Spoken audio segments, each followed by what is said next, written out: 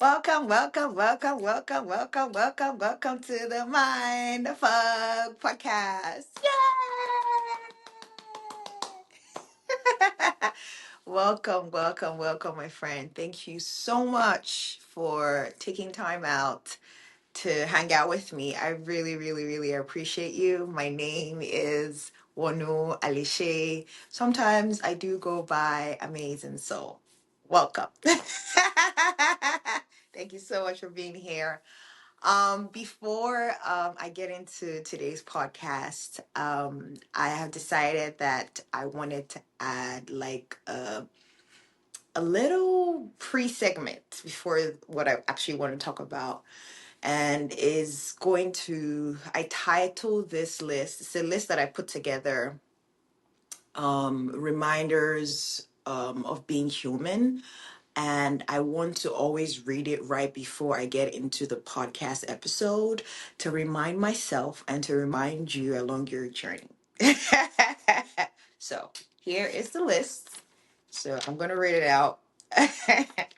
So have fun along the journey. Show yourself compassion. Be kind to others. Being complex and being simple can hold true in the same breath. Stay curious.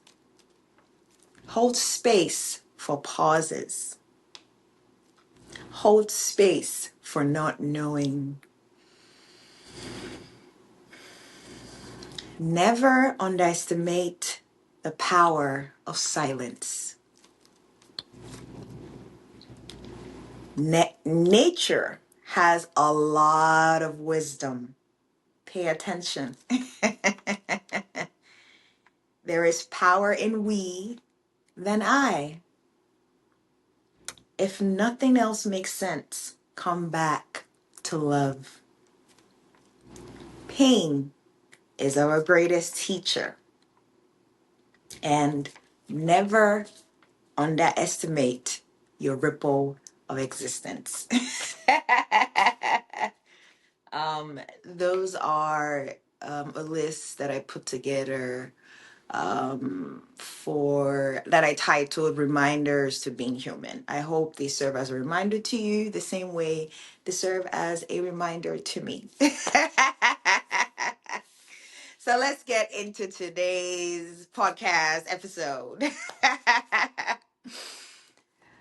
Okay, so I want to start today's episode with a very simple question. Have you ever reached the end of your day feeling exhausted?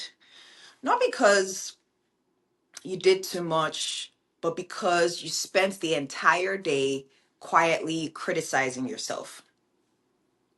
Not out loud, not dramatically, just a low level, constant hum in the background. Thoughts like, why did I say that?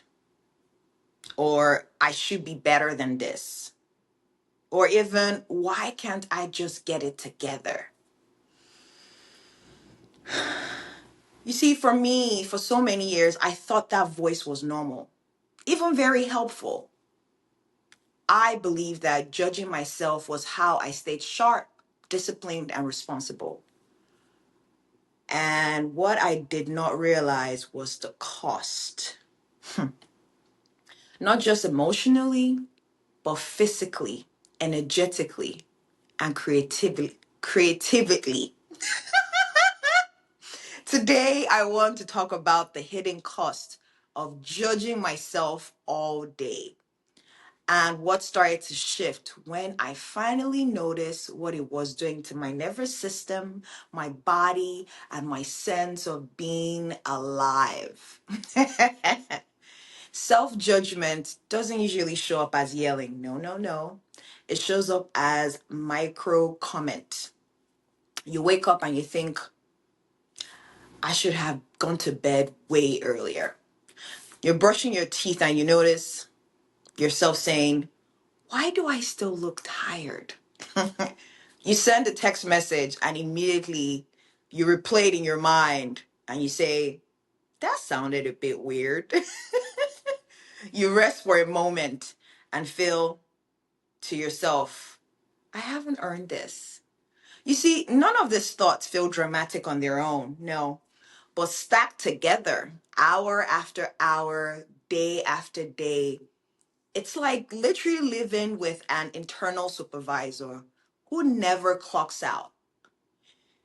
And the most important part is this: your nervous system doesn't experience those thoughts as motivation. No, it experiences them as a threat. You see, there was a time in my life when I thought self judgment was the reason I was functioning at all. And for so many years, I had built my identity around being self aware, responsible, and working on myself. But what I was silently doing was monitoring myself constantly: how I spoke, how I moved, how I reacted, how I felt. If I was tired, I judged it. If I was emotional, I judged it. If I needed rest, I judged that too. You see, I remember days where I hadn't done anything wrong, but my body felt tight. My jaw was clenched. My chest felt heavy. And I couldn't figure out why I was so exhausted.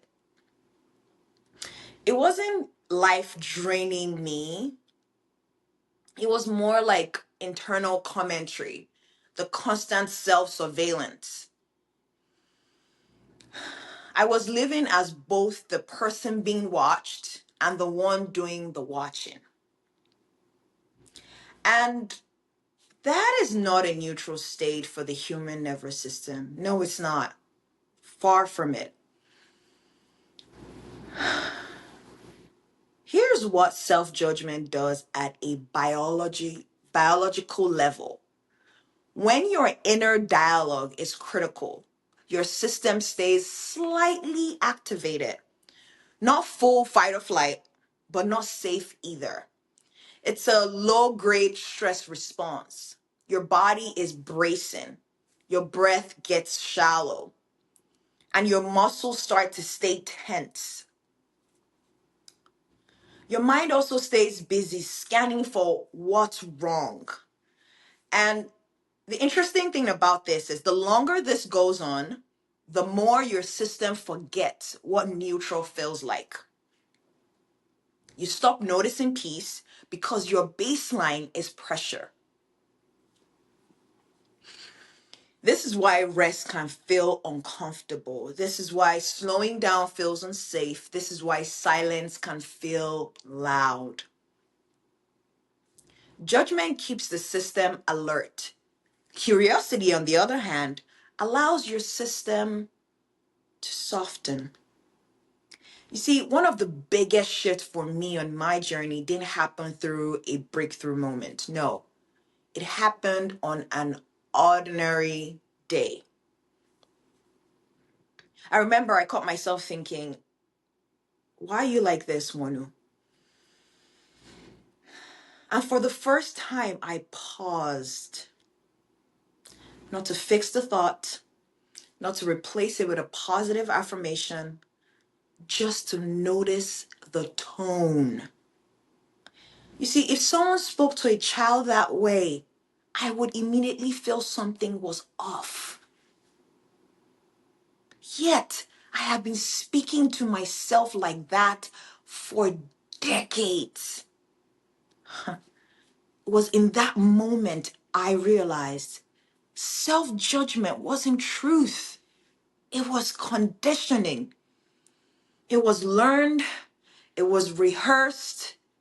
It was automatic. And therefore, it is changeable. This part I'm about to mention is very important. Letting go of self-judgment doesn't mean becoming careless or avoiding responsibility. No. Judgment sounds like, what is wrong with me?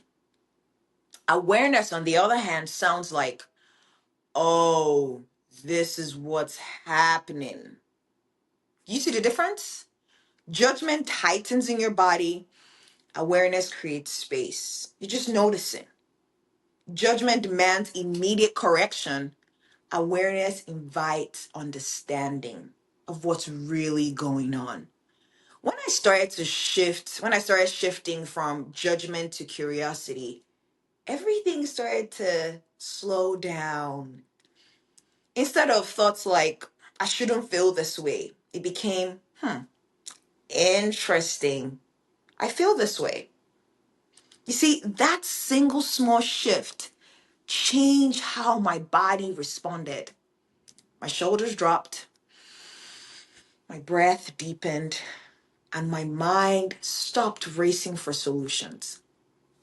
Not because the problem disappeared, no, but because the threat did. That's the difference. You see, another hidden cost is emotional suppression. When you judge your emotions, you stop letting them move. Energy, emotion, they get stuck in your body. You start to analyze them, you label them, you override them.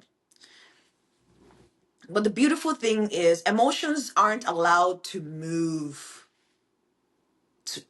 They're not allowed to move. They're not allowed to move. They don't disappear. They get stored in the body, in your posture, in tension, in chronic fatigue. And I didn't realize how much energy I was spending holding myself together until I stopped attacking myself for falling apart. And ironically, that's when things started to stabilize. Um, I didn't stop judging myself overnight. No, no, no. It took time, but what helped was this practice. When I noticed self-judgment, I asked one question. Is this helping my nervous system feel safer right now? Not, is this true? Not, is this productive? Just, is this tone helping right now? Most of the time, the answer was no. And instead of forcing compassion, I just allowed neutrality. Not kindness, not positivity. Just, I see this. That subtle, small change alone reduced the internal friction. You see, my friend, if you take one thing from this episode, let it be this: that the voice that judges you all day is not your inner wisdom. No, no, no. It's a habit your nervous system learned to survive. And like any habit, it can soften with awareness. Yes, it can. You don't need to fix yourself. No, you're not broken. You don't also need to silence the voice. No, you just need to stop believing that it's helping you. That's it. So the next time you notice yourself judging yourself, I want you to pause, feel your body, notice your breath, and remember, safety changes more than criticism ever could. I sincerely want to thank you for being here. I genuinely want to thank you for listening, and thank you for giving yourself even a few moments of awareness today. That alone, my friend, is an amazing shift.